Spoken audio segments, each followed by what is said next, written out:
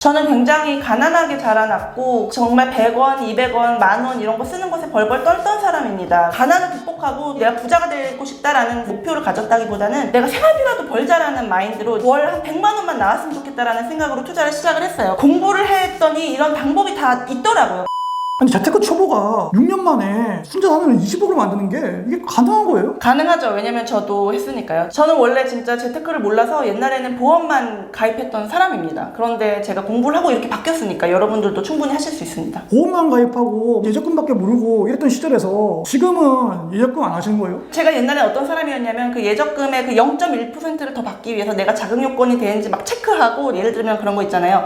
옷을 이렇게 딱 사놓고 나한테 맞는 옷을 사는 게 아니라 옷을 내가 입고 싶은 옷을 산 다음에 거기에 맞춰서 살을 빼는 것처럼 0.몇%의 그 이자를 더 받으려고 막 체크하던 사람이에요. 그럼 지금은 예적금은 안 하시는 거예요? 지금은 안 합니다. 예적금은 안 하고 현금은 주로 저는 좀 채권으로 보유하고 있죠. 아 그러면 일반 사람들이 예적금을 안 해야 되는 이유는 뭐예요? 예적금이 무조건 나쁘다는 아니고, 예적금이 최소 채권의 이자보다 높게 주면은 예적금으로 가도 돼요. 그런데 그 예적금이 주는 이자가 내가 투자할 수 있는 것에서 얻을 수 있는 이자보다 낮으면은 그거는 좀 배제 대상이 되는 거죠. 어쩔 수 없이. 아, 그러니까 지금은 예금 이자가 뭐 0.5%, 0.7% 이러고 있는데 네. 채권은 그거보다 훨씬 많이 주니까 네. 채권은 또 안정적인 부분들이 있으니까 네. 차라리 그럴 바에 채권하지. 그쵸. 비교해봤을 때 이것도 좀 안정적인데 훨씬 높은 이율을 주니까 저는 좀 예적금이랑 멀어지게 되더라고요. 자연스럽게. 그러면 그 맨 처음에 투자 시작할 때 그 100만 원으로 투자했다 했잖아요. 그럼 그 100만 원은 어디서 한 거예요? 100만 원은 제가 그 당시 정수기를 바꿔야 되는 타이밍이었는데 일반 정수기로 바꿀까 아니면 얼음 정수기로 바꿀까 고민이 많이 되더라고요. 왜냐면은 얼음 정수기는 5만 원이었고 일반 정수기는 2만 원이었기 때문에 3만 원을 더 들여서 내가 좀 더 그 삶의 질을 높일 것인가, 아니면은 이걸 아껴서 내가 좀 더 귀한 데 쓸 것인가라는 고민을 했을 때 3만 원씩 모아서 제가 적금 통장에 그 돈을 부었습니다. 그래서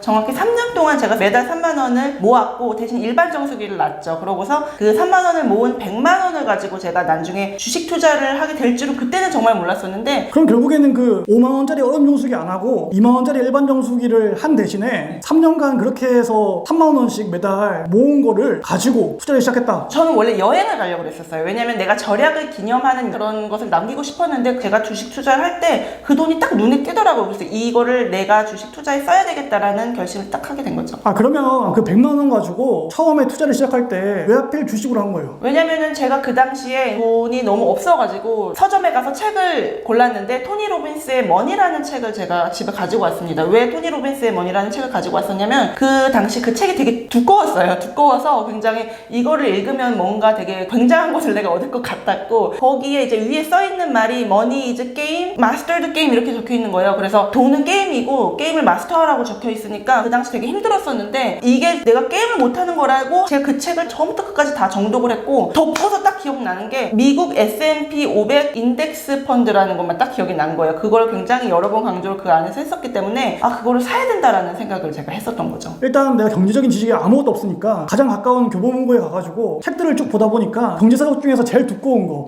근데 거기 게임이라는 문구가 돈은 게임이다라는 게 흥미가 느껴서 그 책 사서 읽었는데 반복적으로 알려주는 게 미국 S&P 500이어서 S&P를 매수를 했다. 네, 맞아요. 어떻게 매수해야 될지 저는 솔직히 잘 몰라서 그 당시에는 뭐 ETF 뭐 이런 것도 저는 잘 몰랐고 정말 그 경제 문외한이었기 때문에 미국 S&P 500 인덱스라는 거를 검색을 해서 우리나라의 운용사에서 운용하는 그 펀드에 가입을 해서 돈을 제가 좀 넣으면서 그거 바로 시작이 된 것입니다. 아, 그러니까 지금 같으면 ETF로 했겠지만 그 당시에는 그 ETF 개념도 몰랐기 때문에 그냥 증권사에서 이런 펀드 판다더라 해서 높은 수수료에도 불구하고 그냥 그 S&P 500이라고 들어가 있으니까 그걸 샀다라는 거잖아요. 네, 맞아요. 그래서 뭐 ETF 이런 것도 전혀 몰랐었고 단어가 똑같고 이게 이거랑 똑같은 거라고 저는 생각이 들어서 했었고, 나중에는 뭐 ETF로 옮겨가긴 했었지만 그 당시에 거기에 한 10만 원을 넣고서 나머지는 좀 우리나라 주식도 좀 사고 이렇게 해봤습니다. 투자금 100만 원 모은 게 정수기 설치할 거 아껴가지고 모은 거다 보니까 너무 귀한 거다 보니까 이거를 100만 원을 한 곳에 넣는 게 좀 그러니까 10만 원 정도는 이제 S&P 500에다가 넣고 나머지 90만 원 가지고는 국내에 있는 주식들이랑 그리고 또 어떤 걸 한 거예요? 그리고 제가 이제 우리나라 주식 몇 개를 좀 매수를 했었고, 그리고 제가 그 당시에 이제 책에서 중요하게 읽었었던 것이, 저는 그 당시 채권이라는 것을 거기서 배운 거예요. 예를 들어 채권 비중이 조금 있으면 계좌가 굉장히 포트폴리오가 아무리 그 하락이 오든지 상승이 오든지 간에 좀 안정적이다라는 얘기를 들어서 채권을 가지고 있어야 된다라고는 생각을 생각을 했어요. 거기서 얘기하는 게 정확하게 한 포트폴리오에서 한 40% 정도의 채권을 사면 굉장히 포트폴리오가 안정적이라는 얘기를 했었어요. 그래서 그냥 나는 뭣도 모르고 그냥 40%의 채권을 산 거죠. 그 당시에 모르니까 그냥 미국 채권을 찾아가지고 그거를 매수를 했습니다. 그 당시에는 미국 채권 뭐 ETF 이런 걸로 샀던 기억이 나네요. 그러니까 100만 원이라고 했을 때 10만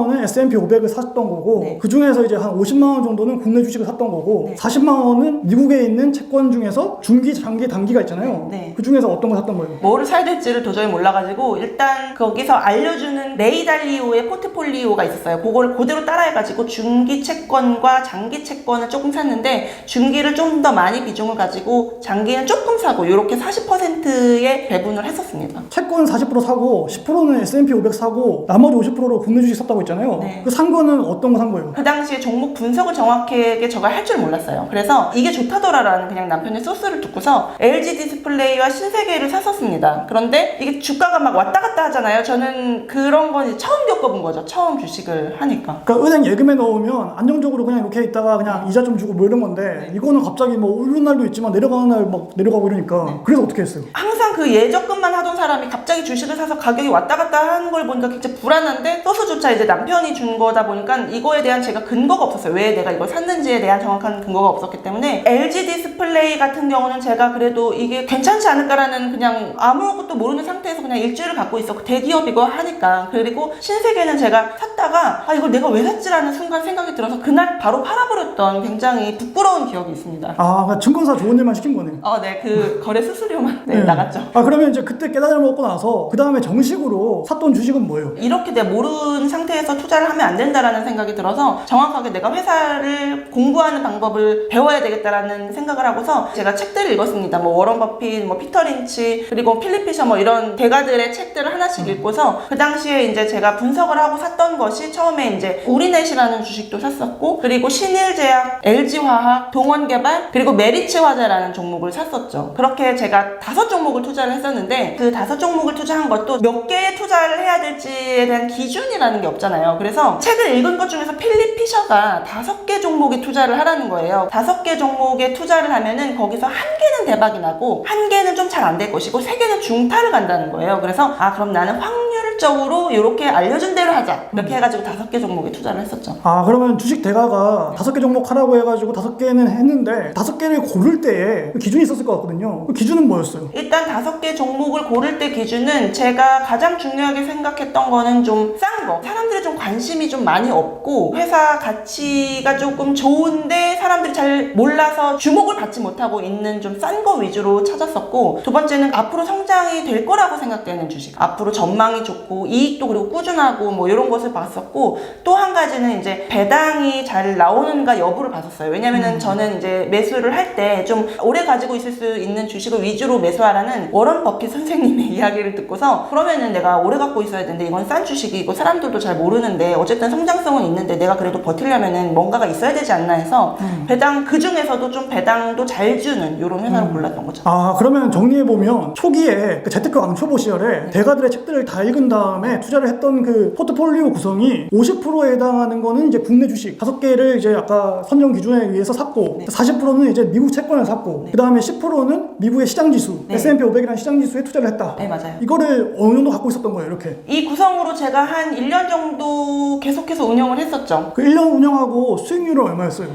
우리넷이라는 주식이 갑자기 이렇게 올라가면서 제가 살짝 팔고 저점에 조금 잡고 하는 그런 좋은 결과가 있었어요. 그래서 근데 이제 계속 갖고 있었죠. 왜냐면 그때는 팔 타이밍이 아니라고 제가 느꼈기 때문에 그래서 좀 좋은 수익이 났고 또 그 미국 S&P 같은 경우도 올랐고 채권 같은 경우는 그냥 안정적으로 조금 오르고 이렇게 했었기 때문에 그 당시 제가 한 20% 정도의 수익을 얻었습니다. 연수익. 내가 완전 초보일 때는 아 이걸 해도 될까? 아 그냥 은행 예금 맡길까? 이렇게 고민하던 시절이었는데 막상 해보니까 나도 수익률이 나네? 되네라는 생각이 드니까 그 다음에는 그럼 뭐 어떻게 한 거예요? 그래서 이제 1년 정도 지났을 때 제가 좀 자신감이 붙었잖아요. 그래서 그 당시에 제가 좀 돈을 조달해서 한 9천만 원 정도를 제가 계좌에 넣습니다. 계좌를 넣을 때 포트폴리오를 조금 변경을 했는데 40%를 제가 채권을 가지고 있어 보니까 채권은 굉장히 안정적인데 주식과 비교했을 때 주식도 견디는데 내가 채권이 이렇게 움직이는 건 충분히 견딜 수 있더라고요. 그리고 주식도 해보니까는 이 정도 내가 견딜 수 있구나라는 이제 판단이 들어서 채권의 비중을 조금 낮췄어요. 왜냐면은 안정적인 것보다는 나는 이제 조금 시드머니를 늘리는 투자를 하고자 1년을 해보고서 제가 저를 파악하고서 한 40%의 채권을 갖고 있었던 것을 10%로 낮춥니다. 그거를 현금 비중이라고 생각하고서 채권을 가지고 있었고, 그리고 한 10% 정도는 제가 약간 실험을 많이 해봐야 되겠다는 생각이 들더라고요. 이것저것 내가 쳐보니까 10% 정도는 사고 팔고 혹은 좀 관심 있는 걸 조금 사보고 이런 용도로 10%를 또 굴렸고, 나머지는 미국과 한국에 반반씩 투자하게 된 거죠. 그러니까 결국에는 원래 있던 그 포트폴리오를 거의 그대로 가져가는데 채권이 40% 정도 있었던 것 중에서 네. 30%의 채권은 빼버리고 그거를 국내 주식으로 간 거예요? 아니면 미국으로 간 거예요? 그거는 이제 딱 포트폴리오를 반반을 나눴기 때문에 제가 한국 주식을 좀 더 많이 갖고 있었으니까 미국 ETF를 좀 샀죠. 채권은 10%를 유지하는 거고요. 네. 근데 이 채권 10% 유지는 결국에는 현금을 내가 10% 가지고 있겠다는 어떤 근거하에 채권을 가지고 있는 거고, 채권은 안정적이고 연수익률이 그래도 한 5% 정도는 최소한 기본빵으로 유지시켜 주니까. 네. 그리고 한국은 개별 종목 다 5개를 가져왔던 거고, 네. 미국은 이제 그때는 이제 펀드 말고 ETF가 더 좋은 거 있다는 거 아니까 S&P 500 ETF를 근간으로 해가지고 시장 지수만큼 먹겠다 해서 이걸 5대5로 가져간 거네요. 네, 그래서 그 당시에 이제 ETF에도 조금 더 돈을 넣고 그렇게 하면서 이제 포트폴리오가 좀 안정이 됐죠.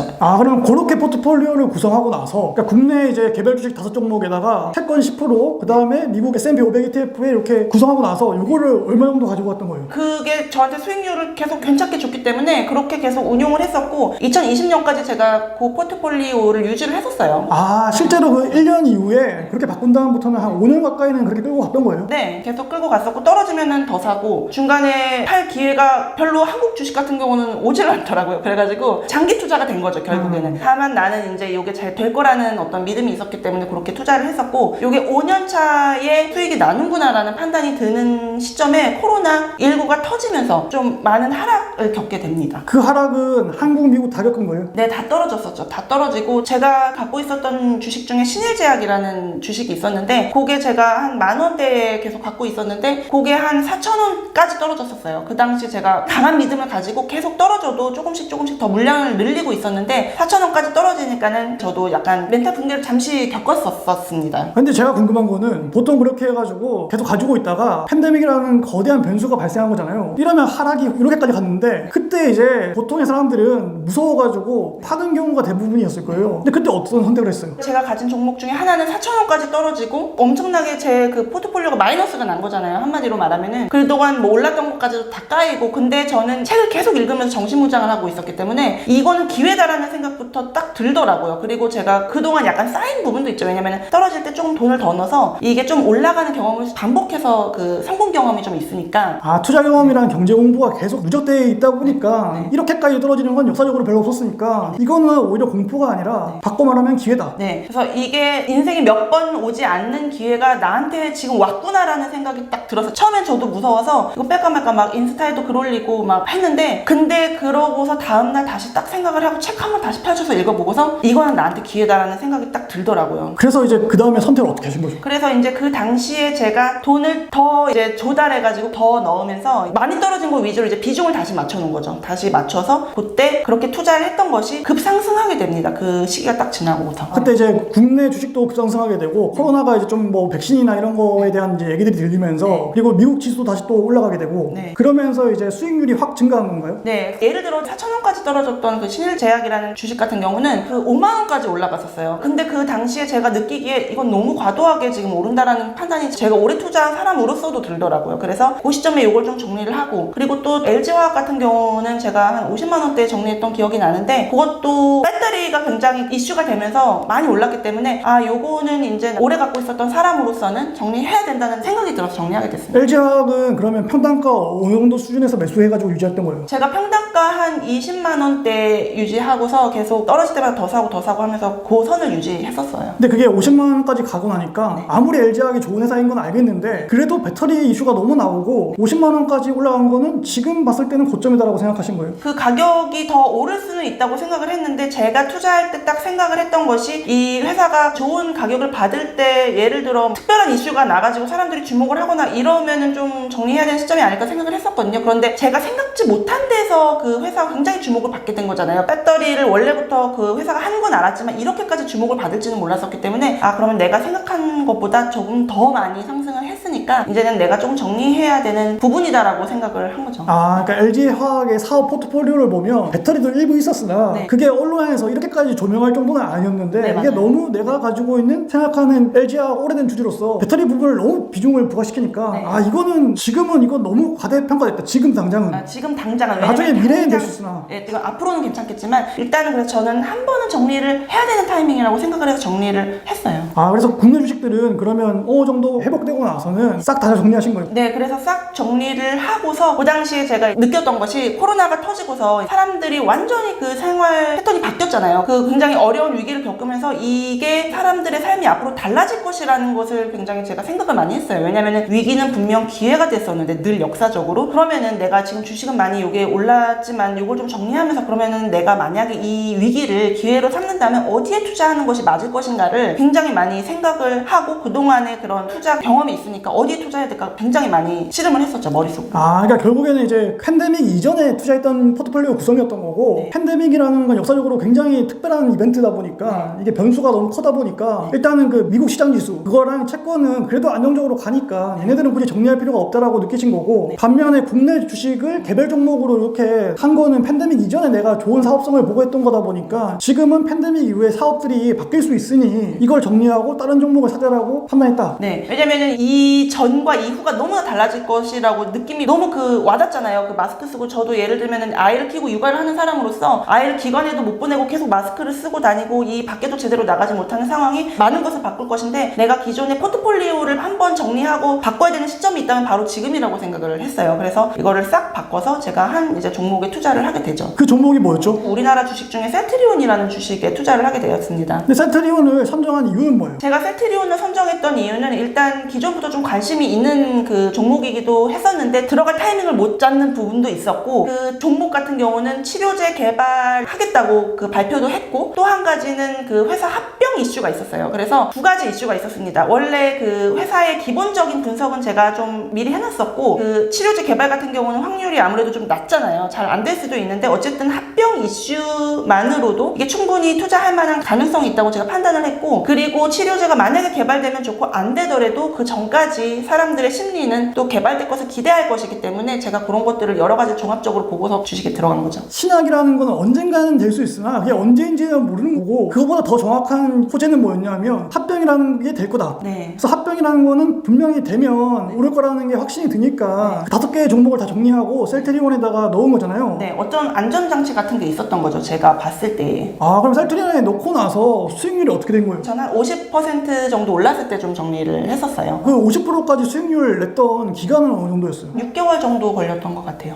셀트리온에 넣고 6개월 뒤에 돈이 50%의 수익률이 났다. 네네. 상당히 큰 돈을 번 거네요. 그쵸. 그래서 그때 위기가 기회가 될 것이라고 생각하고 그렇게 제가 과감하게 베팅을 한 것이 비단 제가 그냥 운에 의존한 게 아니라 그냥 운이 좋았던 게 아니라 그동안 차곡차곡 쌓였던 어떤 그 5년의 제 경험과 그리고 많은 독서 공부가 있었기 때문에 가능했던 부분이에요. 그러니까 정확하게 호재를 읽고 역사적인 시점을 다 읽은 다음에 정확한 타이밍에 들어갔다. 네. 그러면 여기서 궁금한 거는 미국 지수나 이런 것들은 정리 안 하고 계속 가지고 갔잖아요. 네. 그 가져가는 이유는 뭐예요? 국내가 이렇게 바꿀 동안에 미국 채권이나 미국 이제 지수 투자는 계속 가져갔던 이유가 뭐예요? 가장 중요한 거는 제가 한국 주식으로는 좀 많이 힘든 적도 있고 그랬어요. 왜냐면 수익률이 안정적이지가 않고 늘 마이너스 날 때도 있고 어떤 주식은 늘 파랗게만 하고 그러면서 내가 잘하고 있는 걸까 이렇게 불안할 때 미국 계좌를 볼 때마다 제가 자신감을 다시 얻었어요. 이게 맞고 이렇게 투자하는 게 맞고 나는 그냥 배운 대로만 일단 해보자. 그러고서 내가 나중에 이게 옳았나 안 옳았나를 판단하자라는 생각에 미국 계좌는 늘 나한테 자신감을 줬기 때문에 그리고 수익률도 좋았어서 이거는 이렇게 하면 되는구나라는 어떤 배운 거죠. 그러니까 미국 주식 투자는 ETF라는 시장 지수에다가 투자한 거기 때문에 시장 수익률 자체가 상당히 수익률이 좋았기 때문에 국내에서 내릴 때도 있는데 내릴 때 되게 상투잖아요 이게. 네. 근데도 이제 미국 계좌를 까보면 항상 거의 올라있기 때문에 내릴 때도 그렇게까지 변동성이 심하지 않기 때문에 그래서 요거는 가져가도 된다는 판단이 드니까 포트폴리오 변경을 별로 안 하고 가져간 거고 네. 반면에 반면에 이제 국내 거 같은 경우에는 시장 상황이나 이런 변동성이 굉장히 크다고 생각했기 때문에 중간중간에 이제 바꾸신 거네요. 네, 맞아요. 상황에 맞게 한국 거는 좀 운용을 했고 미국 거는 요거에 투자하면 되는구나라는 것을 투자하면서 좀 배운 부분이 있죠. 이거는 국내 주식과 미국 지수 투자에 대한 얘기인 거잖아요. 네. 그러면 이제 이 채권, 이 10%의 채권을 가지고 있었던 게 처음에는 중기랑 장기에 투자하셨다가 나중에 계속 채권도 바꾸셨을 거 아니에요. 네. 그러면 채권을 바꾸게 되는 계기는 뭐예요? 원래는 제가 중기 채권과 장기 채권을 이렇게 비율을 가지고 있었다고 말씀드렸잖아요. 근데 제가 운용을 해보니까 장기 채권이 더 수익률이 좋더라고요. 그래서 여기서 말하는 그 채권이라는 거는 미국 국채를 말하는 거죠. 네, 미국 국채를 말하는 거예요. 그러면 이제 모르시는 분들이 해가지고 미국 국채가 뭐죠? 미국한테 우리가 돈을 빌려주는 거죠. 근데 저 같은 경우는 이제 ETF 상품을 매수를 했기 때문에 미국 채권을 불려주는 그 운용사, 저 같은 경우는 뱅가드 ETF에 투자를 하는 것입니다. 그러니까 이제 뱅가드라는 자산운용사가 있는 건데 걔네들이 이제 미국에서 발행하는 그 채권과 동일하게 흘러가는 ETF,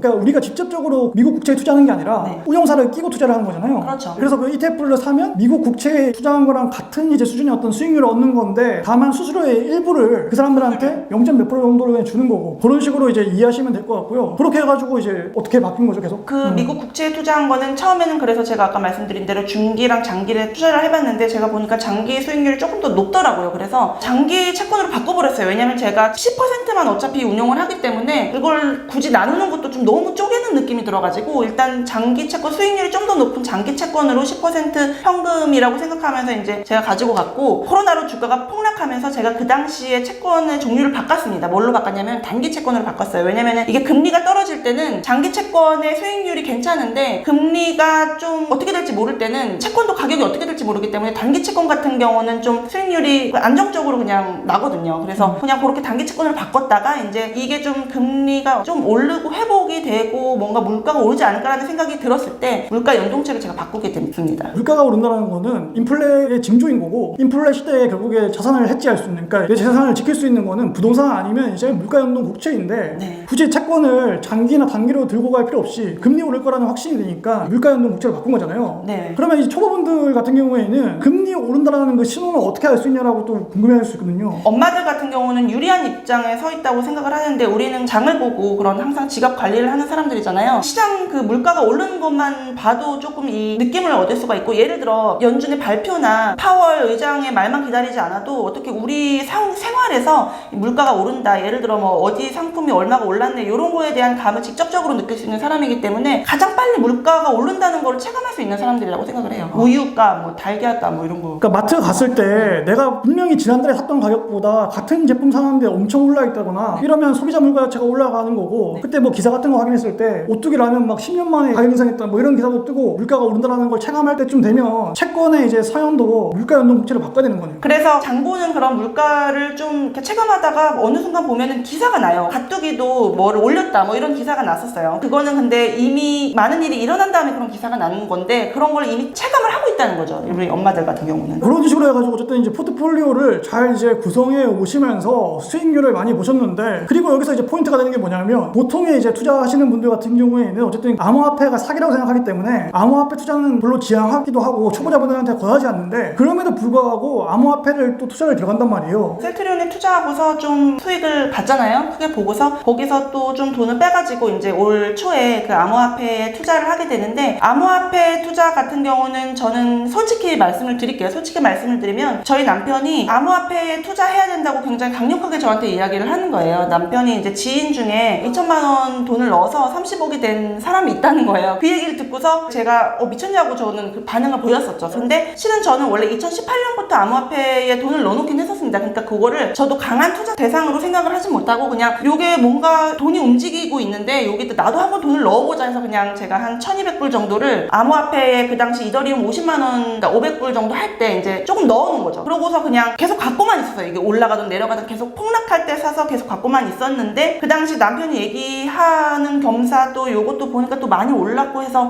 그러면은 요것도 한번 해보자 해가지고 공부를 해서 이제 투자를 본격적으로 시작을 하게 된 거죠. 좀 많은 돈을 투입을 해서. 막상 공부해보니까 아 이건 그래도 투자로 할만하더라고 느꼈던 그 근거가 뭐였어요? 지인이 이렇게 돈을 많이 벌었다는 얘기는 굉장히 거부감이 들기 쉽잖아요. 왜냐면 난 주식 수익률을 요만큼을 가지고 요걸 굉장히 소중하게 여기면서 공부를 굉장히 많이 하던 사람인데 갑자기 그렇게 돈을 많이 벌었다고 하니까 무슨 복권 당첨된 것 같고 약간 그런 느낌이 들어서 거부감이 먼저 들었는데 그래도 공부를 하게 된 이유는 이유는 이쪽으로 돈이 몰리는 이유가 있을 것이라는 생각을 했고, 그리고 또 기술 발전은 막을 수 없다는 주식 공부를 하면서 약간 경험적인 부분에서 기술을 그래도 알고자 먼저 공부를 좀 그러면 해보자. 돈이 왜 되는지 내가 알기라도 하기 위해서 공부를 시작하게 된 거죠. 이상한 코인 들어간 게 아니라 기술적인 근거가 있는 코인들 위주로 들어갔다는 거예요? 네, 제가 처음에 2018년에 넣었던 것도 비트코인과 이더리움이었기 때문에 그 당시에도 이제 제가 공부를 하면서 정말 기술적인 근거가 있고 좀 안전하다고 제가 판단되는 것들로만 들어가려고 굉장히 노력을 했었어요. 그러면서도 가격이 괜찮았어야 됐고. 그때 그러면 들어갔던 화폐들이 어떤 거예요? 그 당시 제가 들어갔던 것이 이더리움 클래식에 들어갔었고, 그리고 중국의 이더리움이나 다름없는 네오라는 암호화폐도 들어갔었고, 뭐 디센트럴랜드 뭐 이런 거, 그리고 또 도지코인에도 조금 돈을 넣고 했었죠. 이더리움 클래식이랑 네오랑 들어갔던 기술적 근거는 뭐예요? 원래 이더리움은 지금의 이더리움 클래식이고 좀 바뀌면서 생긴 게 지금의 이더리움이거든요. 그래서 채굴자들이 이더리움이 계속 채굴이 경쟁이 심해지고, 그리고 사람들이 몰릴수록 이 채굴자들이 일로 넘어올 것이라고 저는 생각을 했기 때문에 이더리움 클래식이 좀 경쟁성이 있으면서도 또 원래의 이더리움이라서 기술력도 괜찮고 이런 부분을 좀 봤었던 거죠. 아, 그러니까 이더리움이라는 거에 사람들이 워낙 많이 몰리다 보니까 채굴을 하는데 필요한 전기료나 장비값도 네. 많이 올라갈 거니까 결국에 이거에 대한 부담을 느끼면 원래 이더리움이었던 이더리움 클래식으로도 매수세가 넘어올 거고, 그러면 얘네들도 좀 오를 거라는 어떤 근거를 가지고 이더리움 클래식에 들어갔다. 네, 전력량이나 뭐 이런 것들도 좀 제가 많이 고려를 했었고, 그 네오랑 기타 코인들은 어떻게 확신을 가지고 넣은 거예요? 예를 들어 네오 같은 경우는 중국에서 처음 그 이더리움 같은 플랫폼 암호화폐로 나온 것이라서 그 각 국마다 이렇게 미는 코인들이 아무래도 정치적인 부분에서 생기게 되는데, 중국은 아무래도 그것을 고른다면 네오 코인이 아닐까라는 저는 그런 생각을 했었고, 디센트럴랜드라는 암호화폐를 산 이유는 제가 그 당시에 이제 코로나가 심해지면서 NFT랑 메타버스 이런 것들이 발전할 것이라는 생각을 했어요. 그래서 디센트럴랜드 같은 경우는 그 가상현실 안에서 부동산을 살 수 있어요. 그 코인을 갖고 있으면. 그래서 예를 들어 우리 강남 땅도 살 수 있고 미국 땅도 살 수 있는데, 그게 앞으로 괜찮을 것이고, 또 중요한 것은 그게 그레이스케일이라는 중요한 운용사에서 그 코인들에 믿고 투자를 하기 때문에 제가 약간 그걸 따라간 부분도 있었잖아요. NFT라는 게 앞으로 발전할 기술일 텐데 그 안에서 거래가 가능한 화폐가 방금 말씀하신 거기 때문에 그런 근거를 가지고 그거 세 가지는 이렇게 들어갔다. 네. 그런데 여기서 중요한 거는 그거 세 개의 기술적 근거는 알겠어요. 근데 이제 우리가 흔히 얘기하듯 일론 머스크의 장난이라고 얘기하는 도지코인 같은 경우에는 기본적인 주식 투자자분들도 어떻게 보면 약간 이제 회피하거나 이제 좀 반대하는 약간 그런 성향이 있는데도 불구하고 도지코인에 들어간 근거는 뭐예요? 도지코인에 제가 들어갔던 이유는 일단 도지코인이 가장 대중적이었기 때문에, 가상화폐라는 거는 결국 가상이라는 말을 쓰잖아요. 그 중에 그럼 무엇이 화폐의 역할을 할 것이냐를 가장 중요하게 봤을 때 가장 사람들이 많이 알고 쉽게 거래할 수 있는 게 무엇일까를 생각했을 때 가장 대중적인 근거가 있는 도지코인이 가능성이 있는데, 요게 조금 부족한 부분이 있더라도 깨끗한 암호화폐였기 때문에, 그래서 일론 머스크도 그 부분을 알고 요거를 옹호를 했었고, 그리고 지금도 비탈릭 부텔린 같은 경우도 요거를 이사회에 들어가서 하는 중이고, 그 당시에는 근데 이제 그런 제가 관점에서 봤을 때 화폐가 무엇이 화폐가 될 것이냐라는 관점에서 봤을 때 가장 대중적인 근거를 가지고 제가 거기에 결국에는 이제 그런 거네요. 그러니까 가상화폐라는 게 그 기존의 주식 투자의 패러다임과는 좀 별도로 돌아가는 부분이 있는데, 주식에서 오르고 내리는 거는 결과적으로 재료들이 다 나와있고 그것들을 분석하면 어느 정도 예측이 조금은 가능한 부분이 있는데, 코인이라는 거는 어떻게 보면 주식이랑은 또 거의 다른 차원의 이제 투자 개념이기 때문에 기술적인 근거도 중요하지만 대중성만 가지고도 매수세가 붙고 오를 수 있다고 판단이 들었기 때문에 들어간 부분이 있다는 거잖아요. 그 다음에 네. 이제 그 권력자가 찍어낸 코인이냐 아니면 대중으로부터 출발한 코인이냐라는 측면에서 도지코인 같은 경우에는 대중으로부터 출발한 코인이었기 때문에 적어도 이제 대중성이라는 측면에서는 강한 확신이 좀 들었던 건데, 그러면 도지코인은 몇 원일 때 들어간 거예요? 저는 이제 도지코인이 한 69원일 때 들어가서 이제 그게 한 400원쯤 됐을 때 이제 정리했는데, 그 정리했던 이유가 사람들이 굉장히 열광하고 이렇게 과열되는 증상이 보이더라고요. 그게 800원까지 올라갔었는데 저는 그쯤에서 약간 위험을 느껴가지고 이게 언제 떨어질지 모르겠다라는 위험을 느껴서 조금 정리를 했었고요. 이렇게 생각을 했어요. 이 암호화폐 같은 경우는 왜 투자 가치가 있냐면, 지금 음지에 있던 것이 양지에 올라오는 그 단계이기 때문에 음지에 있던 게 양지로 올라오면서 가치가 인정받을 때 가격이 어떻게 될지 모르잖아요. 그래서 충분히 투자할 만한 가치가 있다고 그 당시에는 제가 생각을 했습니다. 그 당시에 어쨌든 암호화폐로 들어갈 때 결국에 이제 다 음지화돼 있기 때문에 잡코인들도 많고 여러 가지 거래소들도 많았는데, 이게 법제화되면서 잡코인들로 정리가 되고 이상한 거래소로 다 정리가 될 거기 때문에, 그러면 살아남은 어떤 양지에 있는 애들의 이제 가치는 더 프리미엄이 붙을 거기 때문에 그걸 잘 선별해가지고 가면 어느 정도 오를 거라는 생각이 들었고, 예를 들어서 뭐 도지코인 69원일 때 400원 정도 이제 정리한 거는 너무 더 올라가는 거는 이거는 투자의 근거를 가지고 투자하는 게 아니라 남들 다 하니까 가지아의 심정으로